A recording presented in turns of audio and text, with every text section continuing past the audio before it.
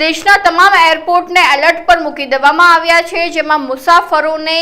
કડક ચેકિંગ અને સતર્ક રહેવા માટેની અપીલ સુરક્ષા એજન્સીઓ દ્વારા કરવામાં આવી છે। તાજેતરમાં જ સૌથી મોટા સમાચાર જે સુરક્ષાને લઈને સામે આવ્યા છે, કેમ આ કડક ચેકિંગ એરપોર્ટમાં હાથ ધરવામાં આવ્યું, દેશના તમામ એરપોર્ટને કેમ એલર્ટ પર મૂકવામાં આવ્યા છે, તે મુદ્દા અંગે ચર્ચા કરીશું આજે આ વિડીયોમાં। નમસ્કાર, લાઈટ 24 ન્યૂઝની સાથે હું જે રીતે વાત કરવામાં આવે તો દેશના તમામ એરપોર્ટને એલર્ટ પર મૂકી દેવામાં આવ્યા છે। મુસાફરોને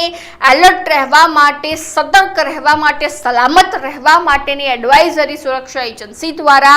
જાહેર કરી દેવામાં આવી છે, જેમાં bureau of civil aviation security એટલે કે BCASએ એલર્ટ જારી કરી દીધું છે, જેમાં BCASએ 22 સપ્ટેમ્બરથી 2 ઓક્ટોબર ખાસ જે મુસાફરો હવાઈ માર્ગે મુસાફરી કરવાના છે તે ખાસ સાંભળી લે, જેમાં 22 સપ્ટેમ્બરથી લઈને 2 ઓક્ટોબર 2025 સુધીના સમયગાળા માટે તમામ એરપોર્ટ અને સંલગ્ન પરિસરમાં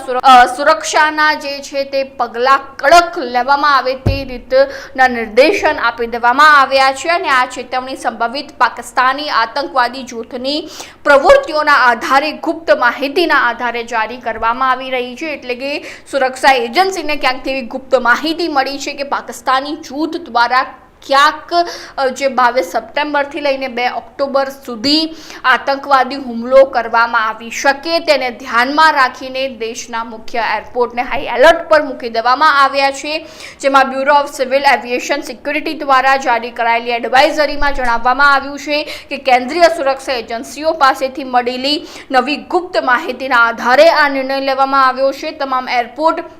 એરસ્ટ્રીપ, એરફિલ્ડ, એરફોર્સ સ્ટેશન અને હેલિપેડ પર સુરક્ષા મજબૂત કરવા માટેના નિર્દેશો આપવામાં આવ્યા છે। એડવાઇઝરીમાં ખાસ ઉલ્લેખ કરવામાં આવ્યો છે કે 22 સપ્ટેમ્બરથી લઈને 2 ઓક્ટોબર વચ્ચે આતંકવાદી ખતરાની શક્યતા વધુ છે, એટલે કે સુરક્ષા એજન્સી દ્વારા સમયગાળો પણ જાહેર કરી દેવામાં આવ્યો છે કે આથી આ તારીખ સુધી જે છે તે મુસાફરોએ ખાસ સતર્ક રહેવાની જરૂર છે। મુસાફરોએ કોઈ ડરવાની જરૂર નથી, પરંતુ સતર્ક રહેવું એ ખૂબ જ જરૂરી છે, જેમાં સુરક્ષા એજન્સી દ્વારા જે આ સમયગાળો જારી કરવામાં આવ્યો છે તે સમયગાળા દરમિયાન જેટલા પણ મુસાફરો હવાઈ માર્ગે મુસાફરી કરવાના છે,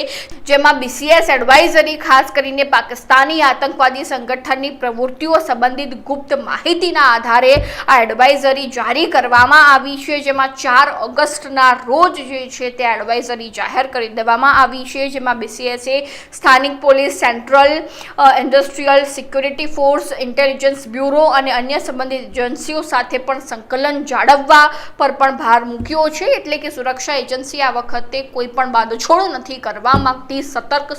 સલામત રહેવાની અહીંયા જે છે તે વાત થઈ રહી છે। અને ખાસ જેટલા પણ લોકો હવાઈ માર્ગે મુસાફરી કરવાના છે તેમને ડરવાની જરૂર નથી, પરંતુ ખાસ સતર્ક રહેવાની જરૂર છે। અને હજુ પણ તમને કહી દઉં છું કે 22 સપ્ટેમ્બરથી લઈને 2 ઓક્ટોબર સુધી જે છે તે સુરક્ષા એજન્સી દ્વારા એલર્ટ જાહેર કરી દેવામાં આવ્યું છે। તો આ મુદ્દા અંગે તમારું શું કહેવું છે એ પણ અમારા કોમેન્ટ બોક્સમાં જણાવી દેજો, અને હજુ સુધી તમે જો લાઈટ 24 ન્યૂઝને સબસ્ક્રાઇબ નથી કર્યું તો હાલ તેને સબસ્ક્રાઇબ કરી દેજો।